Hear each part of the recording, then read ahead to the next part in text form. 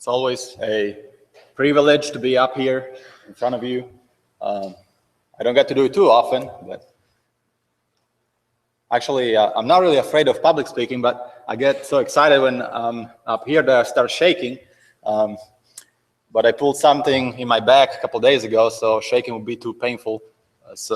But kidding aside, I may be a little stiff today, but that's the reason why I may be a little stiff. A quick note before we begin. I definitely appreciate the songs that were led. I appreciate the prayer. I appreciate you all being here. As you noticed, it wasn't announced that I was speaking today so that nobody would leave. But a little thing before we begin. If you remember a couple of months ago, I sent out an email and I asked you to please write a card or a little message to a bunch of Christians that are about 9,000 miles away from here on an island, and they're very isolated. Well, the package got there, and they sent a thank you note. So I'm going to read this to you. Our dearest brothers and sisters, you will never fully know just how special and encouraging the letters you sent to us were. These powerful words of hope and comfort could not have come at a better time.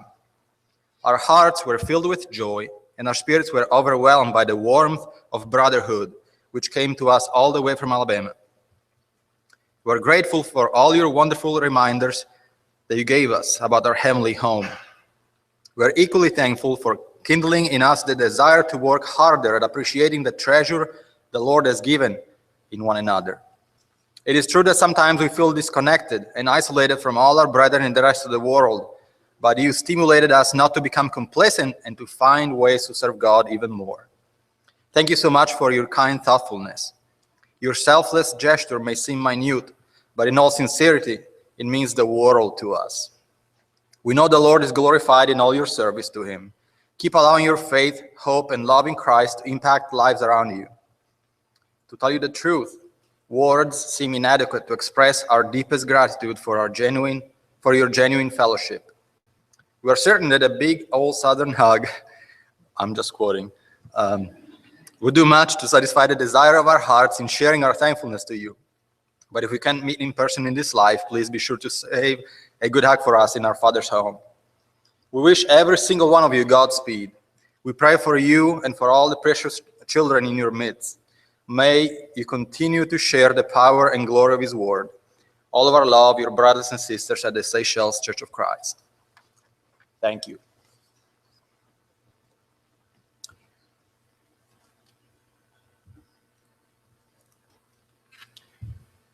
If you were walking down the street and somebody stopped you and asked you, what is the most special thing about being a human being? What would you answer them? What is the best thing about being a human being? About being human? Is it maybe our ingenuity? The fact that we can build vehicles that can travel to space and land some of us on the moon? That we can find cures to illnesses that can afflict us? Or maybe is it our creativity? Our ability to have a blank canvas and make it into a beautiful painting, or write a book, or write a beautiful piece of music? Or is it maybe our ability to relate to each other? Just think about our language and how we can relate to each other in so many different ways, on so many different levels, and all the emotions that go with it. Or maybe even, is it our ability to choose? In fact, maybe the best thing about being a human being for some of us may be different than the best thing about being a human being for some other of us. Well, we could discuss that. But I think it becomes much easier if we go at the very basis of what it is to being a human being. The fact that we are created in God's image. That is what makes everything else special about being a human being. This is what gives us our ingenuity, our creativity, our ability to relate with each other, because we're created in the image of God. And so in this lesson, we are going to look at the concept of being made in the image of God, and then we're going to look at what happened to the image in which we were created and what we can do to reestablish that image. We're going to go back to the very beginning If you go to Genesis 1, the creation account, we know the context. We know what the context talks about. We're not going to look as much as the context as we're going to look at the structure, how the account is built. Look, for example, in Genesis 1, verse 3. Then God said, "Let there be light," and there was light. God saw that the light was good, and God separated the light from the darkness. And God called the light day, and the darkness he called night, and there was evening, and there was morning one day. You see there is a pattern. Then God says something, "Let there be light." And then the thing comes about, and God saw that it was good. And then there was evening, and there was morning the first day. Turn to verse 20, another example. Genesis 1:20, then God said, "Let the waters teem with swarms of living creatures, and let birds fly above the earth in the open expanse of the heavens." God created the great sea monsters and every living creature that moves, with which the waters swarmed after their kind, and every winged bird after its kind. And God saw that it was good. Verse 22, God blessed them, saying, "Be fruitful and multiply, and fill the waters in the seas, and let birds multiply on the earth." There was evening, and there was morning, the fifth day.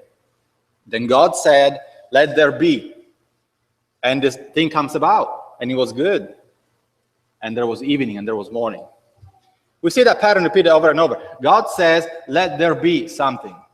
The thing comes about, it was good, there was evening, and there was morning. There is a pattern there that is repeated. But then we get to verse 26. Genesis 1:26, then God said, "Let us make man in our image, according to our likeness, and let them rule over the fish of the sea, and over the birds of the sky, and over the cattle, and over all the earth, and over every creeping thing that creeps on the earth." And God created man in his own image. In the image of God, he created him. Male and female, he created them. In verse 26, there's a pattern change. There's not anymore, "Let there be." Now God speaks in first person. God is more involved in the creation. Let us make man in our image. He's there participating, but it's not just something that God just pronounced, "Hey, something, let there be there." No, we're going to make we're going to make man in God's image. The pattern change. And this is what makes man special. This change of pronouns from "let there be" to just "let us make man in our image." That's what makes man special. And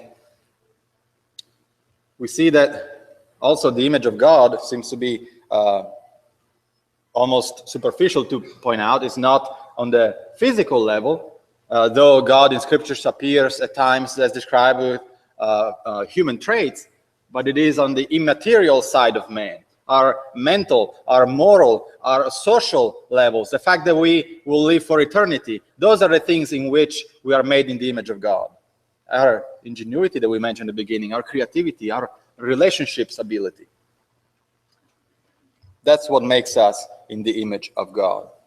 And so the image of God in man is what makes man, if you will, a nobler being, a higher being in creation. There is God, there is man, and then there is the rest of creation. Man is above the rest of creation because he is made in the image of God. And things were going just fine in the Garden of Eden until the serpent comes along. Everything was very good. Everything worked perfectly. Genesis 1:31, everything that was created was very good. God was pleased with what he had made, and everything was working just fine, and then the serpent shows up. And they have a little bit of an exchange there with Eve, and Eve gets to tell the serpent, "Well, we're not supposed to eat of this fruit, of the tree of the knowledge of good and evil, because God said no." Well, the serpent in verse 5, there in chapter 3, verse 4 and 5, the serpent said to the woman, "You will surely not die. For God knows that in the day you eat from it, your eyes will be open and you will be like God, knowing good and evil." The serpent says, "No, you will not die. You're going to be like God." Do we see the problem?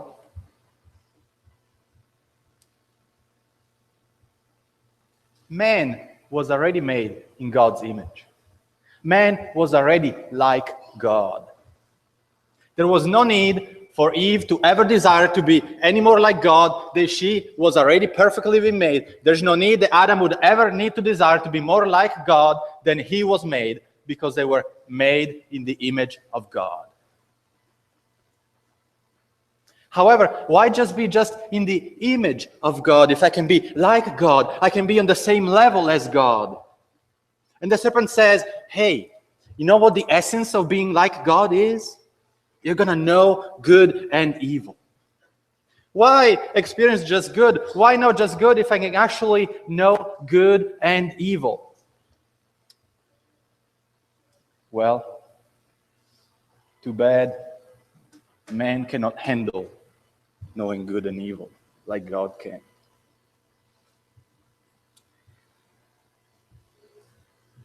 Man was made in the image of God. Man was already like God, as much like God as he and she needed to be. But man ended up knowing good and evil. They ate of the fruit, and then the first reaction they have, Genesis 3:8, they are ashamed. They feel guilty. That's what knowing good and evil makes you feel like. You know you did wrong. And then in verse 12, the blame starts flowing. Oh, Adam was there. He was above creation, remember? God made man special. And then Eve was carried away with their desire of becoming wise. Adam and Eve listened to the serpent. Could it be that this is the first instance of idolatry that we look at in scriptures? The first time that a creature is placed above the creator, and man does follow the creature rather than a creator. A creature that was actually ranked below man. Could it be? And it's not too long after that, in Genesis 4, verse 8, that the image of God is so not present anymore. And the conscience becomes so filthy that a man kills his own brother.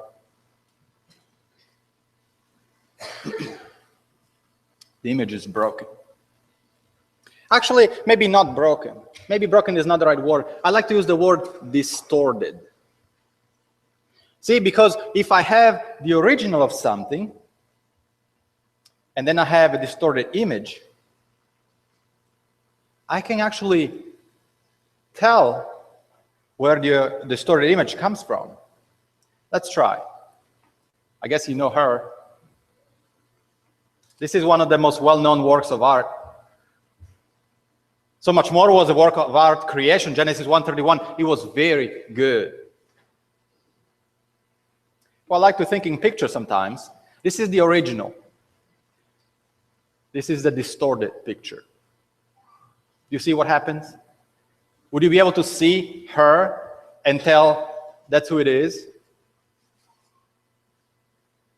It's nearly impossible to look at the distorted picture and be able to tell what the original is. This is what happened. The image of God in mankind got distorted.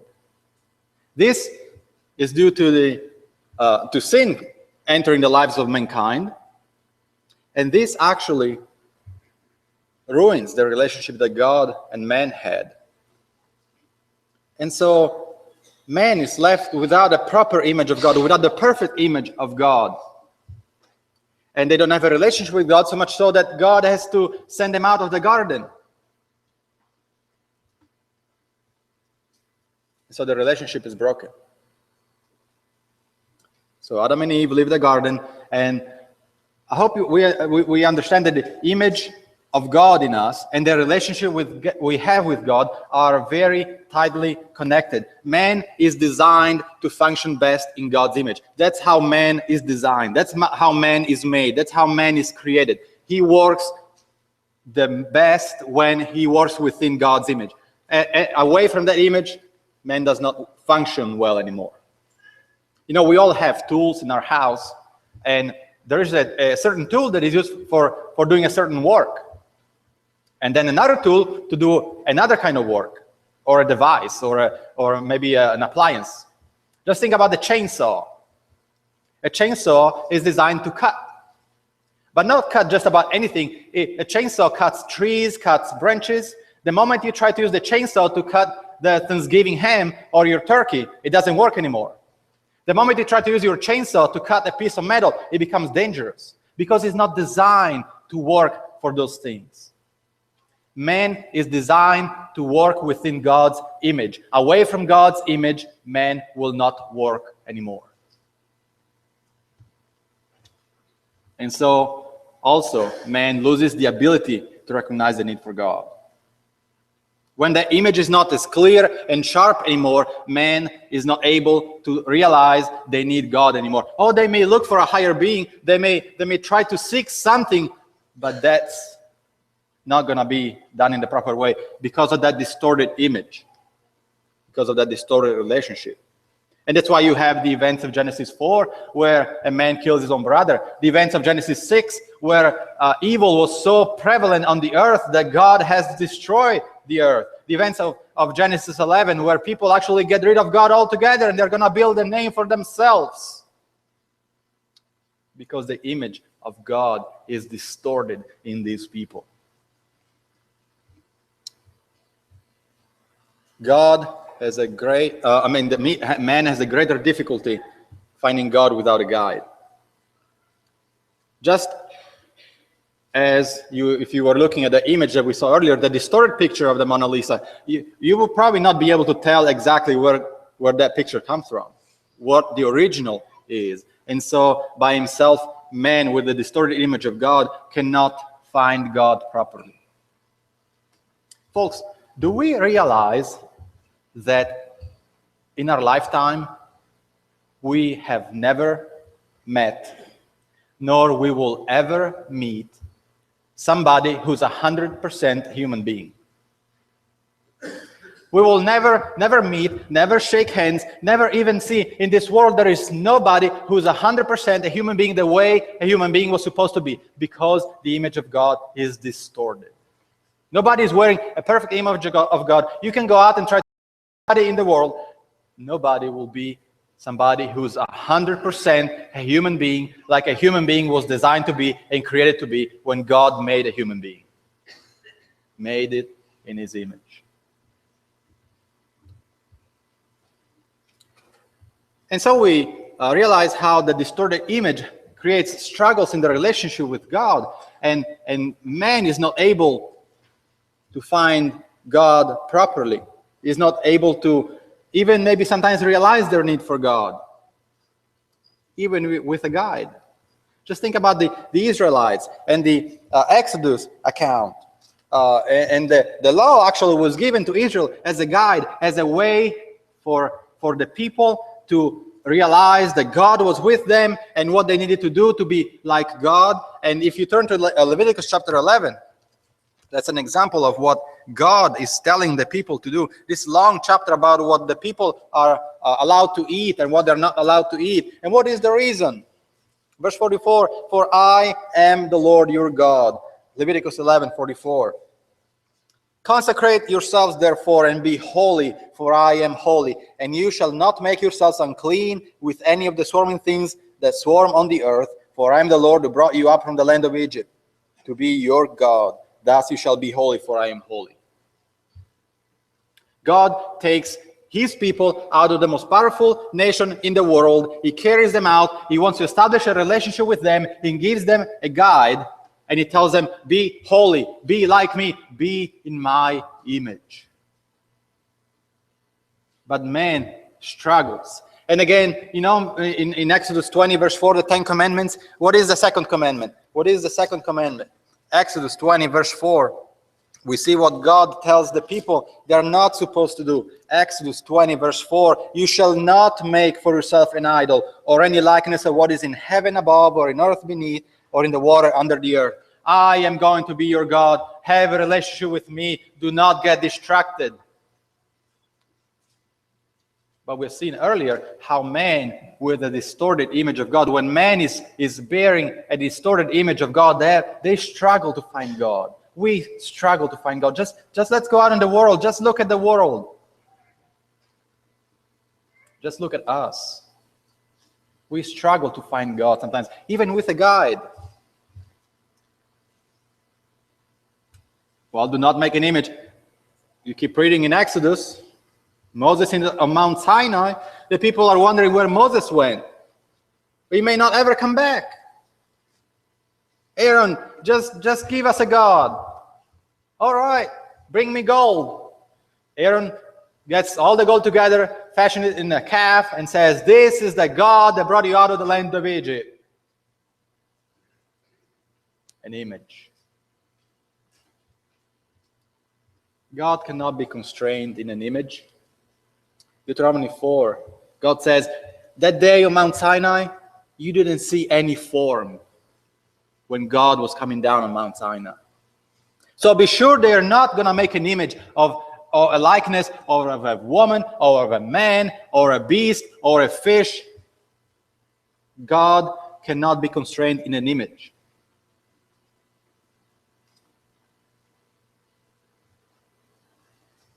And then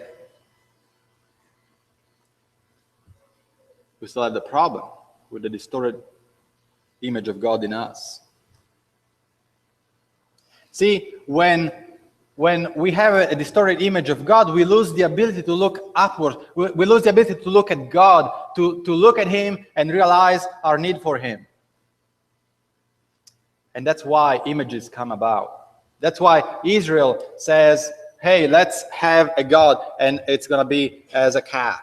Or it's going to be as any other beast of the field, or any piece of wood or rock or precious material. When we have a distorted image of God, our relationship with God is also suffering. So we tend not to look up to God anymore. In a way, because we are not capable of reaching God anymore. We need a guide. In a way, because we don't feel the need for God anymore. And so we don't look up to Him. And here comes the image. Here comes the idol.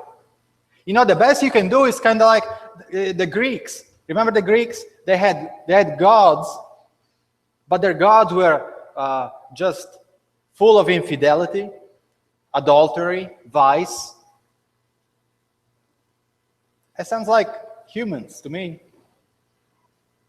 The best image we can make is actually just like the God of today's society, a God that is all loving, all accepting, not judging.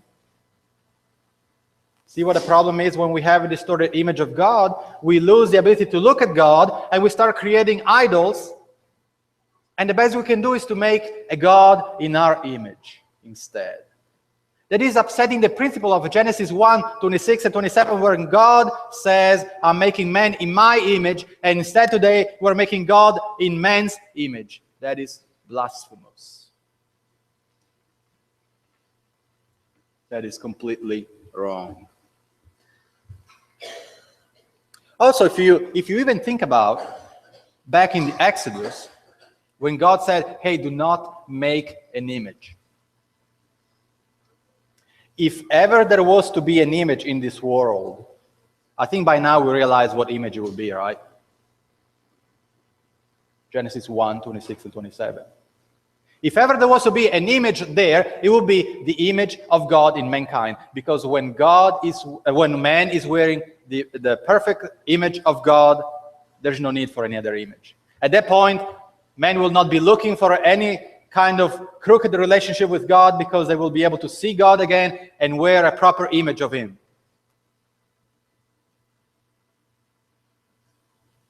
So if ever there was to be an image, it should be the image of God in us.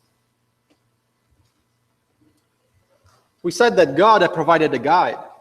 Well, we do have a guide today. It's our Bible, and only God could provide it. Why? Well, because, as we just said, if we have a distorted image of God, We're not able to go back to the original by ourselves if we take away the original. If earlier you saw only the second picture instead of seeing the first one before that, I don't know how many of us could have guessed where that picture came from. Without the original, we're just left with a distorted picture, and with that, we can't go back to the original. And so the only one that can give us a guide to be again in the image of God is God himself. Only God knows what it means to be in his image. God made us, and he's the only one that can provide a guide. And this is what we see in several passages, but for example, in Proverbs 32, verse 8, what the Bible does to us, Psalms 32, verse 8. I will instruct you and teach you in the way which you should go. I will counsel you with my eye upon you. Psalm 119, verse 105. What is the word of God? The word of God is lamp to my feet and light to my path. That's a guide. That's what the Bible is. The Bible is a guide to help us regain the image of God. And then we have an example. We have Jesus as an example. And in Colossians 1:15, we learn that Jesus is the image of God. Now, this could be something along the lines of you knowing the authentic Alabamian that I am and how well I know Athens. You need to go to Walmart after church today. And you ask me, hey, how do I get to Walmart from here? Well, I could tell you in words how you're supposed to get to Walmart. You go down this way, you turn this way, or maybe I can draw you a map. The directions are exactly the same. They're just in different forms. God and Jesus are exactly the same. Jesus is the image of God, but he is exactly the same as God. Just like those directions are exactly the same. They just appear in different form. And so if we are made in the image of God and Christ is the image of God, the moment that we learn from the example of Christ, we are able to regain the image of God. As a matter of fact, Christ is the exact representation of God's nature. He is exactly God. So if we learn from Christ, we can regain the image in which we were created. And Jesus became man. He was made flesh. In Philippians chapter 2, verse 6 and 7, it tells us that Jesus was made flesh. Philippians chapter 2, verse 6 and 7. Well, starting in verse 5. Christ Jesus, who although he existed in the form of God, did not regard equality with God as things to be grasped, but emptied himself, taking the form of a bondservant and being made in the likeness of man. What an amazing thing it is that because man was not able to keep the image of God spiritually, the Son of God had to be made like man physically. That's quite a thing that had to be done. Oh yes, Jesus is like us. He was made flesh just exactly as we were. But if you turn to Hebrews chapter 4, you learn something more. The most important things about Jesus as a man. Hebrews 4:15, we do not have a high priest who cannot sympathize with our weaknesses, but one who has been tempted in all the things as we are. Jesus was just exactly as we are. He just did everything as we did. He was tempted as we are. Last part of the verse, yet without sin. Jesus is the perfect man. Jesus as a man is a perfect man. Jesus as God is the image of God. So if Jesus as a man is a perfect man, he is perfectly bearing the image of God. That's why Jesus is our example. He is the image of God. As a man, he lived in the perfect image of God. See, in Jesus, God and man as he should be are united. That should be an example of the unity between God and man in the perfect image of God. That's how it was meant to be. That's how united he was meant to be. Jesus is the perfect man, the perfect image of God, and Jesus is God. Oh yeah, the fact that Jesus and is God and man united, they didn't meet halfway. God has still to do the most of the distance to go and meet man. But they're still united. When God meets man in the image of God, that's how united they are. And so you see the perfect relationship between God and man when man is in the image of God. So we have been talking for about 20 minutes now about the image of God, what happened to the image of God, what we have to regain the image of God. You may be wondering, Lorenzo, what am I supposed to do to be in God's image? I hope you're wondering at least, unless you fall asleep. Well, I don't mean to blow your minds, but to be in God's image, you need to be in God's image. You know, we could go through a long list of things that we need to do, but it ultimately boils down to just being in God's image. Walk as he walked. 1 John 2, verse 5. Last part of the verse there. By this we know that we are in him. Verse 6, the one who says he abides in him ought himself to walk in the same manner as he walked.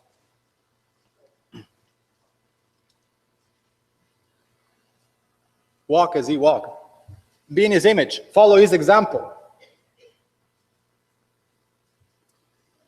Of course, it is not going to happen overnight. It is a process.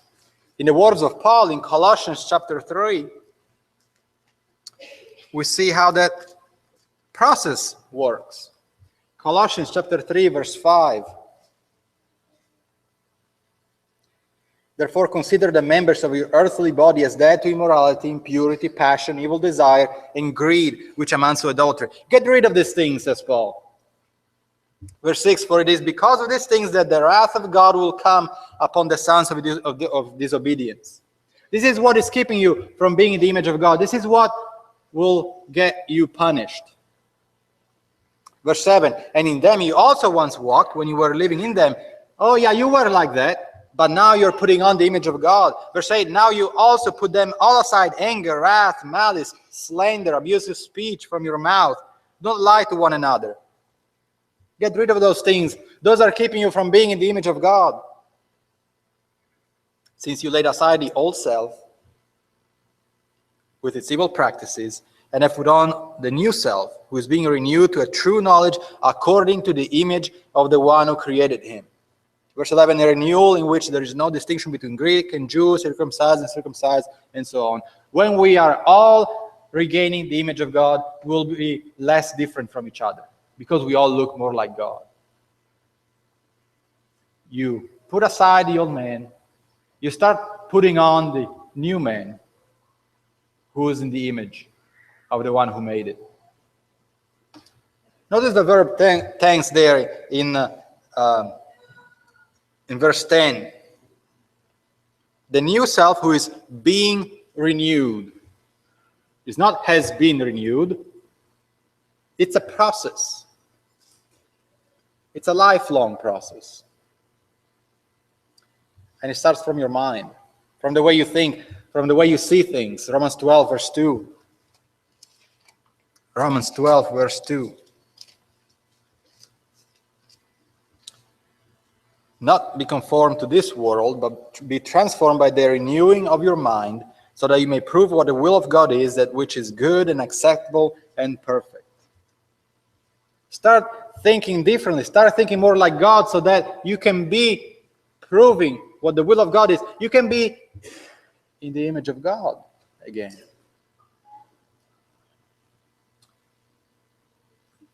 How am I going to be in the image of God? Well, I'm going to keep his commandments. If you go back to 1 John chapter 2 And we start reading a little earlier than we started reading just a few moments ago. We start in verse 3 of 1 John chapter 2. 1 John 2, verse 3. By this we know that we've come to know him if we keep his commandments. The one who says, I have come to know him and does not keep his commandments is a liar, and the truth is not in him. But whoever keeps his word, in him, the love of God has truly been perfected. By this we know that we are in him. The one who says he abides in him ought himself to walk in the same manner as he walked. How do you walk like him? Well, verse 3, we keep his commandments. Verse 5, we keep his words. We obey him. If you love me, keep my commandments. John 14:15. You know, many times we emphasize the fact that if we love Jesus, we will keep his commandments. But we miss the connection there. Especially in today's society. Oh, obedience. No, that doesn't sound too good. You mean I have to bend my will to somebody else's? You mean I have to submit myself? You know, that means I have to be a little bit less of myself if I'm obeying to somebody. That doesn't sound very nice. Obedience is almost scorned these days. Kind of like the child that is told, hey, clean up your room. Oh, yes, obedience, but what kind of obedience? A non-obedience kind of obedience. Oh, I clean up my room. Everything you move, oh, I have to clean up my room and then put this away. That's not the obedience that a parent would want, much less the obedience that God would want from us. And actually, the moment we start building up the relationship with God again, we start appreciating God more, we start loving God, obedience will be a pleasure. Because we realize that God has given us all the things that we need to make our image again like his. That will be obedience. And last, do not lower the standard. If you were going out tomorrow and you're gonna purpose that you're gonna run a marathon, you're gonna start training. Well, what goal are you gonna set? Oh, well, I'm just gonna start running and see how far I can go and how long I can make it. Or maybe you run a little bit and then you try to improve yourself by, I don't know, 3%, lower your time by maybe 5%. You know, we would not start training for a marathon and just think, oh, I'm going to set the new world record. I don't think none of us will go out tomorrow and start training for a marathon thinking, oh, I'm going to start training, I'm going to set the new world record. But see, when it comes to the Bible, it seems like in our spiritual marathon, we are held to such high standard, it seems like we almost have to set the new world record, doesn't it? Remember the passage in Leviticus 11, be holy for I am holy. That idea is repeated again and again. Leviticus 19, Leviticus 20 twice, Ephesians 1, Matthew 5:48, be perfect, just as your heavenly Father is perfect. 1 Peter 1, 13-16, gird your minds for action and be like the Holy One. Be holy, verse 16, for I am holy. You know, that kind of standard appears way too many times in the Bible for us to get away with, oh, that's just impossible. Oh, we'll never make it. How will we ever make it?